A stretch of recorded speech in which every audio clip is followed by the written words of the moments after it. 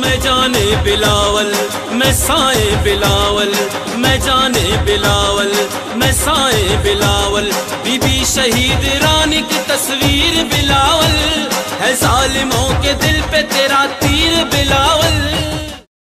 Pakistan democratic movement party کے ہونے والے پروگرام کی نگرانی شرجیل انعام میمن اور جام خان شوروں نے کی۔ پوری اسٹیج اور پنڈال کو پارٹی جھنڈوں اور بلبوں سے سجایا گیا تھا۔ جلسے میں کوئی ناخوشگوار واقعہ پیش نہ آئے اس لیے سیکیورٹی سخت کی گئی تھی۔ لوگوں کا سمندر دیکھ کر ایسا لگ رہا تھا پورے پاکستان کی عوام آج بلاول بھٹو زرداری کو ہی دیکھنے آئی ہے۔ وہاں پر موجود پاکستان پیپلز پارٹی کے جیالوں کا کہنا تھا کہ عوام جی آخری امید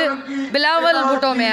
انشاءاللہ اساں ماؤں بھینروں پوری سندھ جو پاکستان جو پنجے بھاؤ سے پنجے بچڑے سے گڈ آیوں انشاءاللہ اساں بلاول بھٹو پرائم منسٹر تھیندو ان ملک جی جے حالات ہیں ان کے بہتر کندو۔ حیدرآباد کے عوام نے بڑھ چڑھ کر خاص کر پاکستان پیپل پارٹی کے ورکروں نے خاص طور سے جام خان شورو صاحب کی قیادت میں ہزاروں لوگ جمع ہیں، انہوں نے یہ ثابت کر دیا کہ حیدرآباد جو ہے پیپل پارٹی کا ضلع ہے وہ ہمیشہ یہ قلعہ ہی رہے گا پیپل پارٹی کا۔ اچھی ایمانداری کا آئی سال 70-80 ووٹ ڈیا تھی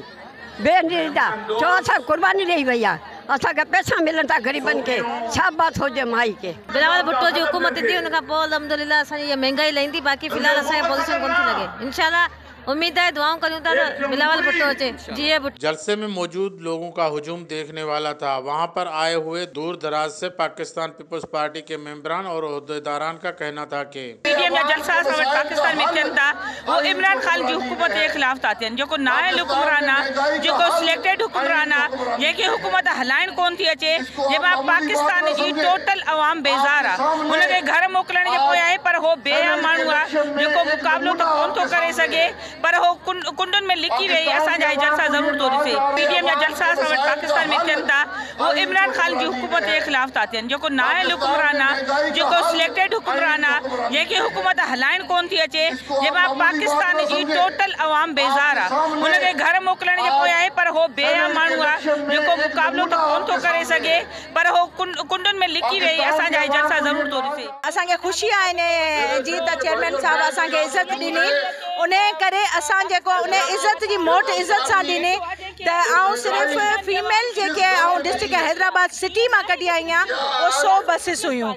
باقی اساں جے ایم این ایز ایم پی ایز ہوئے الگ ہیں انہیں کا علاوہ اساں جو ڈسو بین علاقن ماں مائیوں آئیوں ہیں جے کے پس کردائی جا اساں جے ڈسٹرکٹس آئیں انہیں ماں لیڈیز آئی ہیں لکھن کی تعداد میں مانو ہیں روڈن تے بٹھا ہیں رستن تے بٹھا ہیں کچھ پارکنگ میں بٹھا ہیں پر کوشش یہی ہے کہ اساں نیازی کے گھر ویار ہے انہیں کا پوس سکھ جو ساہ وٹھندا سی انہیں کرے جو ہی جنگ کے ہکڑے فرد جی جنگ نہ ہے ہی عوام جی جنگ ہے غریب عوام جی جنگ ہے انہیں میں تھی سکے تو الہی مانو اڑا ہو جن جنن کے نہ پی ڈی ایم سے دلچسپی ہو جائے نہ کہ پارٹی سے دلچسپی ہو جائے پر وہ صرف پنجا حقوق وٹھن جے لا انہن کے خبر ہے تو chairman Bilawal Bhutto P D M انہن کی کانوائی کن پیا انہن کی رہنمائی کن پیا اساں کے جو حق ڈیاریندا انہیں کرے وہ عوام بھی آئے لائے پی ڈی ایم جی پاکستان جو جماعتوں گڈ تھیوں ان مقصد یہ ہے کہ ایک ناکار ایک سلیکٹڈ ایکڑو ان سکھاڑ مانو جو جن کے کرسی تے زوری ویار ہوا جن کے پاکستان جی مینڈیٹ جی چوری کرے ان کا خبر نہ ہے تو یہ ملک کے کیا ہلائے ان ریاست کے کیا ہلائے بلاول صاحب کا چھا پیغام ڈیڻ چاہیو اساں جو پیغام ڈیڻ تا چاہو تا اساں سا گڈ ہیوں منا اساں ہمیشہ سا گڈ رہندا سی بدین کا ہتے آیا ہوں ہتاں کا اسلام آباد ویندا سی جتے اساں جی ضرورت ہوندی تے اساں جی لیڈیز حیدرآباد جو عوام پاکستان جو عوام ہانے جاگی چکو ہے تو جا منسٹر جے کے کرپشن کرے پیا انشاءاللہ تعالی انہن کے اساں لاہور کراچی کی گلیوں میں پوندو لٹکائندا سی جی بھٹو۔ اس جلسے کو دیکھ کر آج بھی لگتا ہے کہ شہید رانی ہمارے ساتھ موجود ہے۔ یہ سب لوگ جو آئے ہوئے ہیں اس شہید رانی کی نشانی کو آگے بڑھانے کی امید سے آئے ہیں۔ کیمرامین مراد علی کے ساتھ میر نصیر سولنگی 11 نیوز حیدرآباد۔ 11 نیوز